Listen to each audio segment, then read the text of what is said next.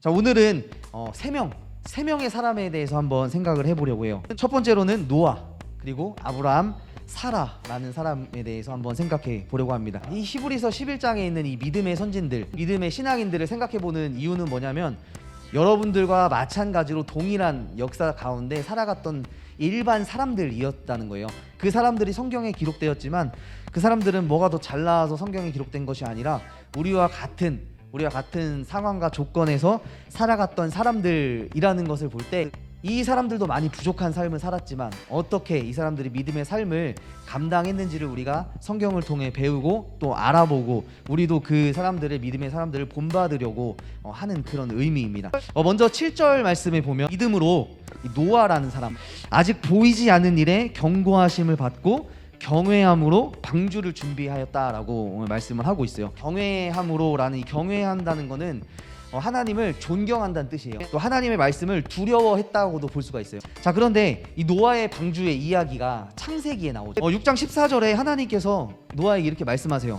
너는 고페르 나무로 너를 위하여 방주를 만들되. 6장 22절 말씀에 보면, 노아가 그와 같이 하여, 하나님의 말씀과 같이 하여서 하나님이 자기에게 명령하신 대로 다 준행하였다고 말씀하고 있어요.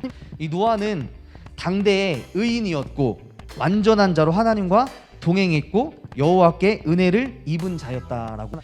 이 하나님은 노아에게 아직 홍수가 일어나지 않았잖아요. 홍수가 일어나지 않았을 때 홍수를 경고하셨어요. 노아는 그 말씀을 두려움으로, 경외함으로, 하나님을 존경하는 마음으로 그 말씀을 받고, 다른 말로 하면 노아는 하나님의 말씀에 대한 경건한 두려움이 있었다라고도 볼 수 있어요. 우리도 인생을 살아갈 때 이런 하나님에 대한 경건한 두려움을 가지고 살아간다는 것은 하나님의 말씀에 대한, 하나님에 대한 주권, 하나님의 주권과 하나님의 그 믿음의 신실함을 우리가 인정하는 것이라고도 볼 수 있어요. 이 노아와 같은 참된 믿음은 하나님을 아는 것, 하나님에 대한 인식과 그 말씀에 대한 순종이 있어야 한다는 거예요. 여러분의 믿음은 하나님 말씀을 듣는 것도 중요하지만 그 들음을 통해서 순종으로 나아가야 한다는 것이 중요한 것입니다. 근데 이 너무 힘들죠. 사실 이 하나님 말씀에, 이 성경에 따라서 순종하며 산다는 것은 모든 그리스도인들이 다 어려운 이야기입니다. 이 마태복음 21장의 말씀에 보면 첫째 아들과 둘째 아들이 있었는데, 누가 아버지의 뜻대로 행한 자였죠? 첫째 아들이에요, 둘째 아들이에요? 한번 말씀해 보면, 첫째는 간다고 하고 안 갔어요. 둘째는 싫다고 안 간다고 하고 갔어요. 누가 아버지의 말에 순종한 거예요? 둘째 아들이죠. 둘째 아들, 그죠? 우리도 마찬가지예요. 하나님의 말씀이 우리에게 들려졌을 때 처음에는 하나님 말씀대로 살기 싫어.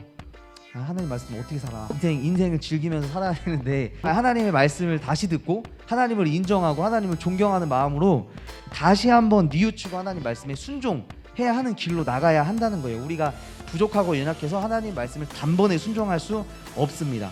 남들보다 더 착하게 살아야 되고, 선하게, 정직하게 살아야 되고, 또 세상 사람들과 비교했을 때 이 말씀에 따라서 또 크리스천을 살아간다는 게 세상 사람들에게 뒤처지는 것 같아요. 피해를 보는 그런 생각도 들지만, 우리의 주인이신 그 하나님을 늘 믿고 의지하며 살아갈 때 우리는 그 하나님의 말씀에 순종할 수 있다는 거예요. 이어서 두 번째는 아브라함이라는 사람인데요. 이 사람은 믿음으로 하나님의 부르심을 받았을 때 순종함으로 장래의 유업으로 받을 땅에 나아갈 때 갈 바를 알지 못하고 나아갔다고 말씀하고 있어요. 아브라함은 깨닫지도 못하고 이해하지도 못했어요. 8절 말씀에 보면, 믿음으로 아브라함은 부르심을 받았을 때에 순종하여. 그런데 이 부르심을 받았다라는 말과 이 순종했다, 그가 순종했다라는 이 말은 이렇게 바로 연속해서, 아브라함은 부르심을 받자마자 곧 순종했다라고 볼 수 있어요. 내가 이것저것 다 따져보고 이렇게 생각해보고 그래, 이렇게 가는 게 나에게 더 유익하겠다라고 해서 순종한 것이 아니라 부르심을 받자마자 곧 순종했다라고 볼 수 있어요. 여러분에게도, 우리 모두에게 이렇게 순간순간 말씀하실 때가 있습니다. 하나님은 세미한 소리로 우리에게 말씀하실 때가 있어요. 또 우리가 기도할 때 하나님께서는 우리에게 말씀하실 때도 있고, 옆에 있는 친구들, 가족들, 사람들을 통해서 나에게 말씀하실 때도 있어요. 그리고 우리의 상황과 또 환경을 변화시켜 주셔서 그것들을 통해서 내가 어떤 일을 결정하고 또 결단하고 이렇게 하게 하실 때도 있다는 거예요. 이 아브라함은 원래 어떤 사람이었냐면, 아브라함의 아버지, 그러니까 아브라함의 아빠에 대한 이야기를 하는 거예요.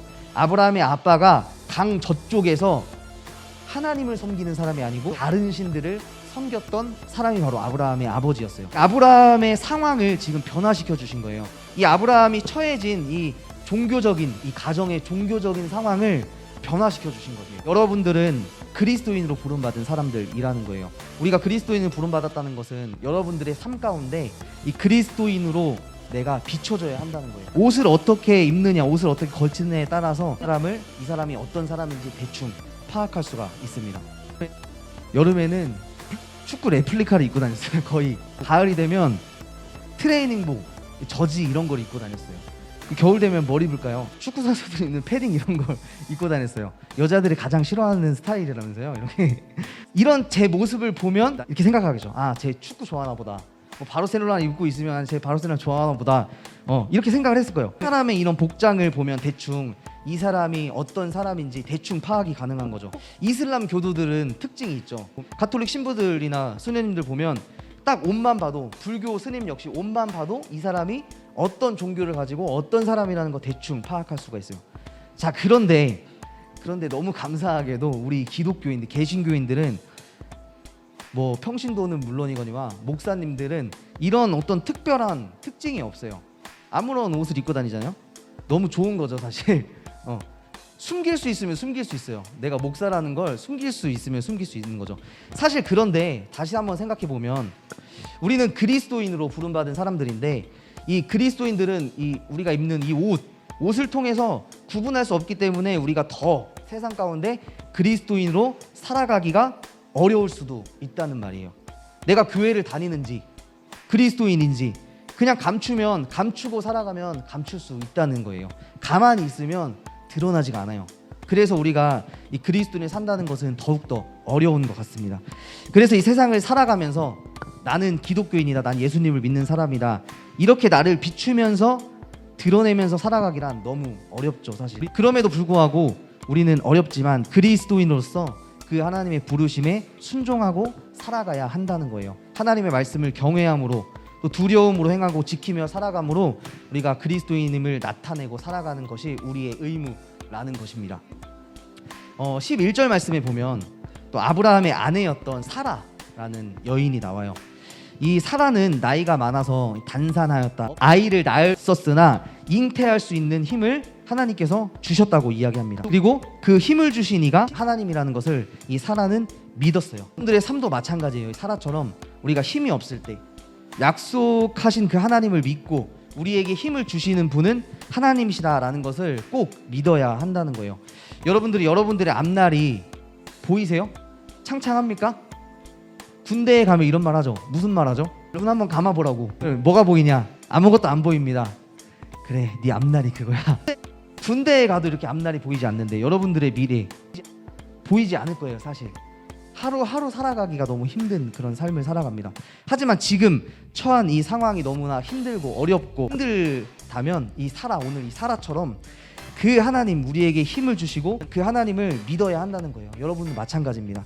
그 하나님에 대한 믿음과 신뢰를 가져야 하는 거예요. 지금은 앞이 보이지 않아도 내 앞길은 하나님이 인도하신다 라는 그런 믿음을 가지고 꼭 살아가야 할 줄 믿습니다. 이들은 어떤 믿음이 있었냐면 더 나은 본향을 사모했던 사람들이었어요. 이 땅에서는 우리가 외국인과 나그네처럼 살아가지만 일시적으로 머물다가 고향으로 돌아가야 하는 사람들입니다. 사도 바울이 이렇게 이야기를 했어요. 그러나 우리의 시민권은 하늘에 있는지라.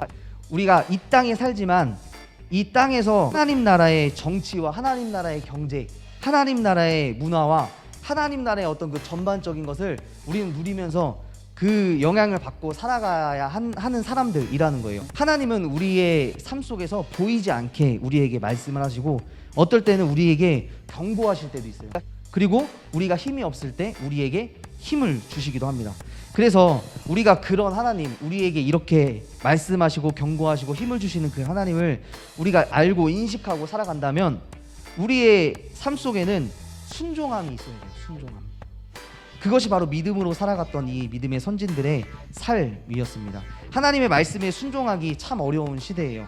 우리가 뭐 교회 나오는 것이 하나님의 말씀에 순종한다, 이렇게 가벼운 이야기를 하는 게 아니에요. 이 세상을 살아가면서 하나님이 우리를 하나님의 형상대로 만드셨잖아요. 하나님의 시선을 반영하는 사람, 하나님의 마음을 세상 가운데 펼치며 살아가는 그런 사람들로 우리를 만드셨다는 거 봤을 때 뭐 교회 내가 한 주, 두 주 빠진다고 해서 그냥 하나님 크리스찬이 아니다라고 말할 수 없어요.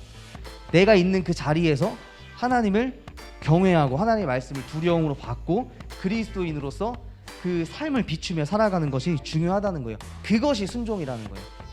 교회 오는 게 순종이다? 라고도 말할 수 있지만 그거는 1차적인 문제고 우리의 삶을 통해서 하나님께 영광 돌리는 것이, 그럼에도 불구하고 굳건하게 우리가 하나님 말씀에 순종하는 지향성을 가진, 그런 지향성을 가진 믿음의 사람들이 돼야 할 줄 믿습니다. 우리 청년들 한 주간 살아가면서 하나님 말씀대로 살아가기 너무 힘들 거예요. 직장에서 또 학교에서 남들 다 학원 다니고 뭐 공부 열심히 하고 하는데 나는 주일에 교회가 뭔가 뒤처지는 것 같아. 그 시간에 난 투자하지 못하는 것 같아 라고 해서 자꾸 그런 생각을 가지고 살아갈 수 있겠지만 그것보다 더 중요한 건 하나님이 우리와 함께 계실 때 우리에게 필요한 것들을 채워주시고 우리의 삶을 인도해 주신다는 것을, 그 믿음을 가지고 살아가는 우리 청년들 다 되었으면 좋겠습니다.